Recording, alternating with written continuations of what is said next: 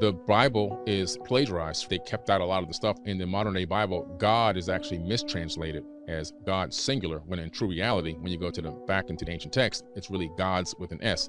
They took off the S to make it the monotheistic mindset. When you read the Enuma Elish and the Atrahasis epic, you realize that they copied all that ancient text and put it into Old Testament of the modern day Bible. It's all written in stone. These have been translated since the 1800s. So Cambridge and the British Museum have translations, and then UCLA did an amazing thing. There's over 1 million tablets that have now been, out there, and they've got hundreds of thousands translated.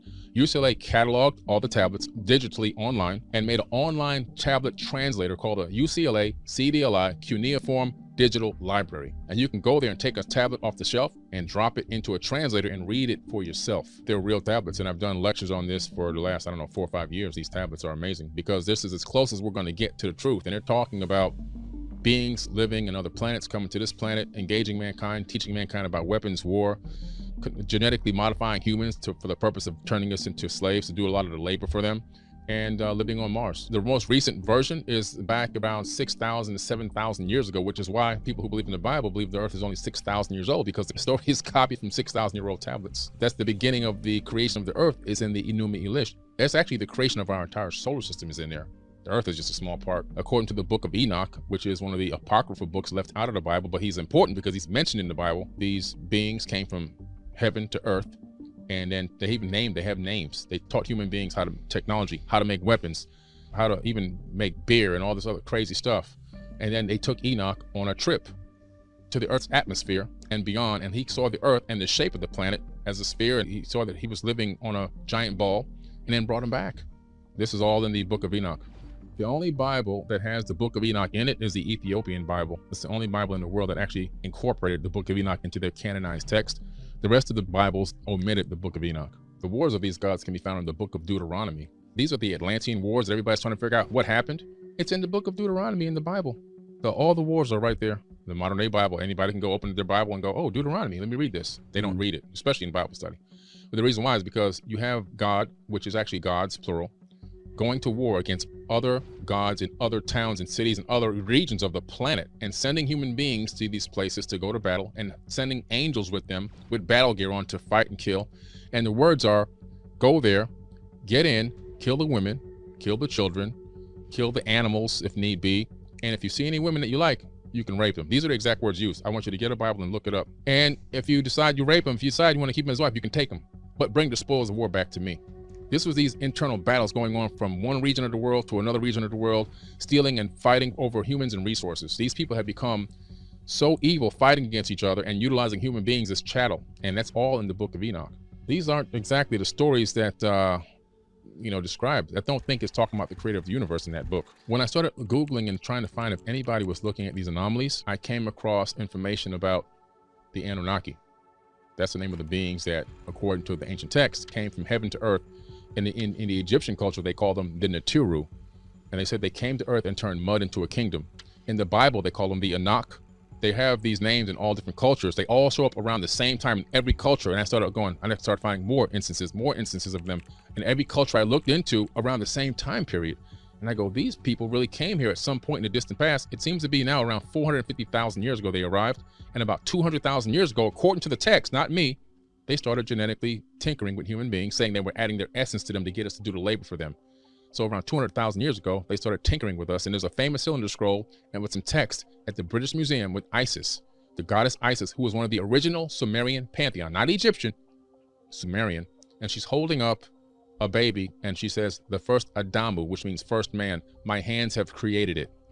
And she claims to have taken this baby to term for 10 months in her own womb to create the more modern version of Homo sapiens sapien. The Anunnaki, well, the term itself means those who came from heaven to earth. And these Anunnaki are beings that came from outside of earth to earth, from many different places, potentially. But these Anunnaki, these are the original Atlantean people. They created an Atlantean civilization. How do I know this?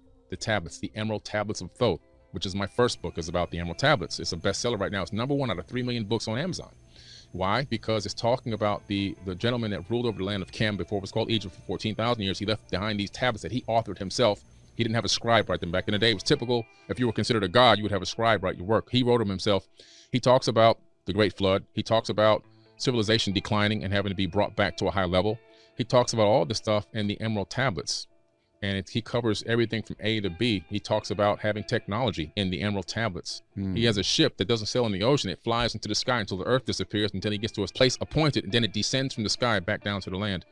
This is 36,000-year-old text. And what's interesting about this text, where Jesus is talking in the Bible, quoted as being saying things in the New Testament of the Bible, I have side by side the verses from the Bible and the verses from both the Atlantean. Guess what? They're the same. But which came first, the chicken or the egg? One is 2,000 years old and the other one is 36,000 years old. A lot of the stuff in Egypt in the dynastic era was already there when dynastic era started. So a lot of the things that are really super megalithic and really old were there. They inherited those things. If you go to Mexico, where the Teotihuacan complex is located, which is a mirror of the Giza Plateau with the three pyramids aligning with Orion, the Pyramid of the Sun, Pyramid of the Moon, and so forth, those structures were there before the Mayans got there. And even the Mexicans will tell you that the Mayans inherited what was, they built nothing. They even teach that in the university. They built nothing. Matter of fact, the Mayans didn't know who built that stuff, so they named him Teotihuacan. That's where the name came from. But when you go to the ancient text, you find out who built it. Thoth the Atlantean, who ruled over the land of Kem, ancient Egypt. He left because he was battling with his brother Marduk in the Bible. But Marduk is also known to the Egyptians as Amun-Ra. This is why people say amen at the end of every prayer. He's the one who said, at the end of everything, giving thanks, you say my name. That's where amen comes from. He left because of battling with his brother, and he went to Mesoamerica, and he took Olmecs with him, and they kickstarted and built the Teotihuacan civilization. So, and we believe everything he's saying. We know this for a fact. We grew up learning about this thing, the real truth about our history, but we can't speak it to the general population or we're in big trouble. But they've already adopted it. The Egyptologists, the homegrown ones, have already adopted this information. The foreign ones haven't. But the big problem with this information is that it's detrimental to the system and the status quo. It literally would break down religious systems overnight. You're talking about a multi-trillion-dollar system. A religious system collapse globally would definitely affect the global economy almost overnight. But that will go away because people realize the information that they have been brought up learning is actually severely inaccurate, and that the information is based on plagiarized tablets. And the real stories are in the tablets. A full, unedited, undoctored human, well, I'm going to change these words around here and there, that's not done in the tablets. The tablets is what it says. When you come to the Bible, all of a sudden you get to a lot of text like Jesus saying, honor your slave master as you would honor me. Do you think that this guy would really say something like that if he's all this light and he's a light being and he's all about love and salvation, and he's telling you now, no, you better obey that slave master? Come on, that's somebody, let me write this in there because it's going to benefit us when you write this in. We can tell the slaves, hey, you see what Jesus said? You better listen to Jesus. So this is a lot of twisting and turning. The Bible is a remix is what it really is. And so all of a sudden you bring this real information, all this stuff collapses overnight. We're talking about a multi-trillion-dollar control system gone like that. That's why I love the tablets, because I know, I'm not saying they're 100% accurate, but they're as close as I can possibly get. I'm taking out all these other steps in between that have happened between Islam and Christianity and Buddhism and all these other religions that have taken from the same tablets. And now I'm getting as close as possible to the original source as I possibly can. I'm reducing some of the error, effect there. I think at this point now, they've conditioned us so much with movies and stuff like that, because we have this gene in us, this worship gene, which was inserted into the human genome. We know this now because scientists have actually found the worship gene. You can turn it on and they can turn it actually off. Yes, we have a worship gene. And so it makes us want to worship something outside of ourselves, when in true reality, we should find the power inside. And this was inserted by the Anunnaki. That's my hypothesis, I should say, on this one. But this gene has been found, but it's happened around 200,000 years ago. Now, something else happened around that same time. Chromosome number 2 in the human body was pulled out, fused together, and then 2 telomere caps are put on each end. Telomere caps have our genetic material that allow our cells to replicate. It has the biological buffer material in it. Now, when the buffer material runs out, that's when your body starts the death process.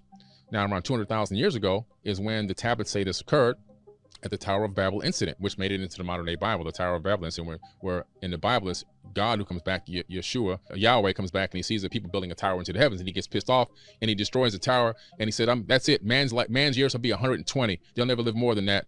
And I'm going to confuse their languages and separate them and spread them out all over the planet so they can't talk to each other. But in the Sumerian tablets, it was actually Enlil, who's Yahweh in the Bible. He comes back and sees this, and he goes, oh man, these people are getting too smart. They're going to realize they don't need us to rule over them.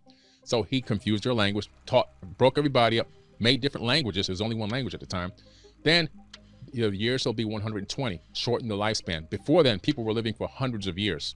Now the maximum lifespan that they found out at Harvard that a human being could live on average would be 120 if it wasn't for the poison and everything else going on. Toxicity in the foods and the atmosphere. And they discovered they started experimenting with mice, and they were able to stop the degradation of the telomeres and got the mice to live 3 times their normal lifespan. All this information would be mind-blowing information to come out if this truth was really told about our ancient past and what really happened. People would realize we've been altered, genetically modified. Our lifespans have been shortened so that we can subjugate it and ruled over. We never lived long enough to really figure out what's going on. But by the time we figure it out, we're gone, and another generation starts over from zero again.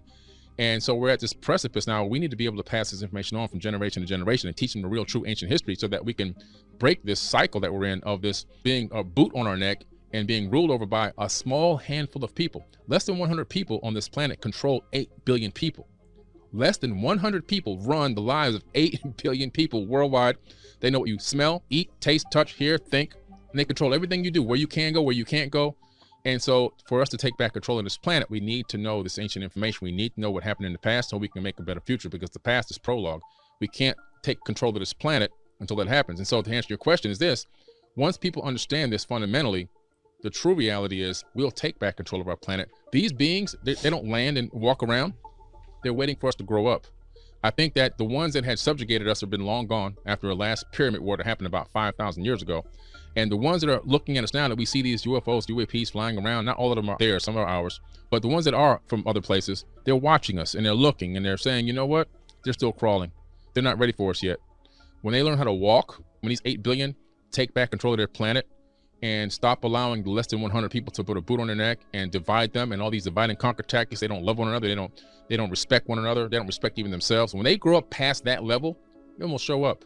Because back in the ancient times, they would show up. People were so, the IQ wasn't there yet. We were just hunter-gatherers living around, and we didn't have a weapon to fire back at them. Now, somebody shows up, everybody wants to try to take it out of the sky. We want to get this technology, we want to co-opt it, we want to reverse engineer it, we want to weaponize it. That's another thing, real quick before we go on. They look at our planet and they go, okay, they know how to split the atom. Interesting. Oh, they've got weapons. Let me check out the codes on these weapons. We know this because UFOs have showed up at military bases and deactivated nukes in broad daylight, as testified before Congress by actual military officers and nuclear physicists. But they say, okay, well, they got all these nukes aimed at their own planet while they're still on the planet with no escape hatch. So they're saying, you know, we're going to just keep looking.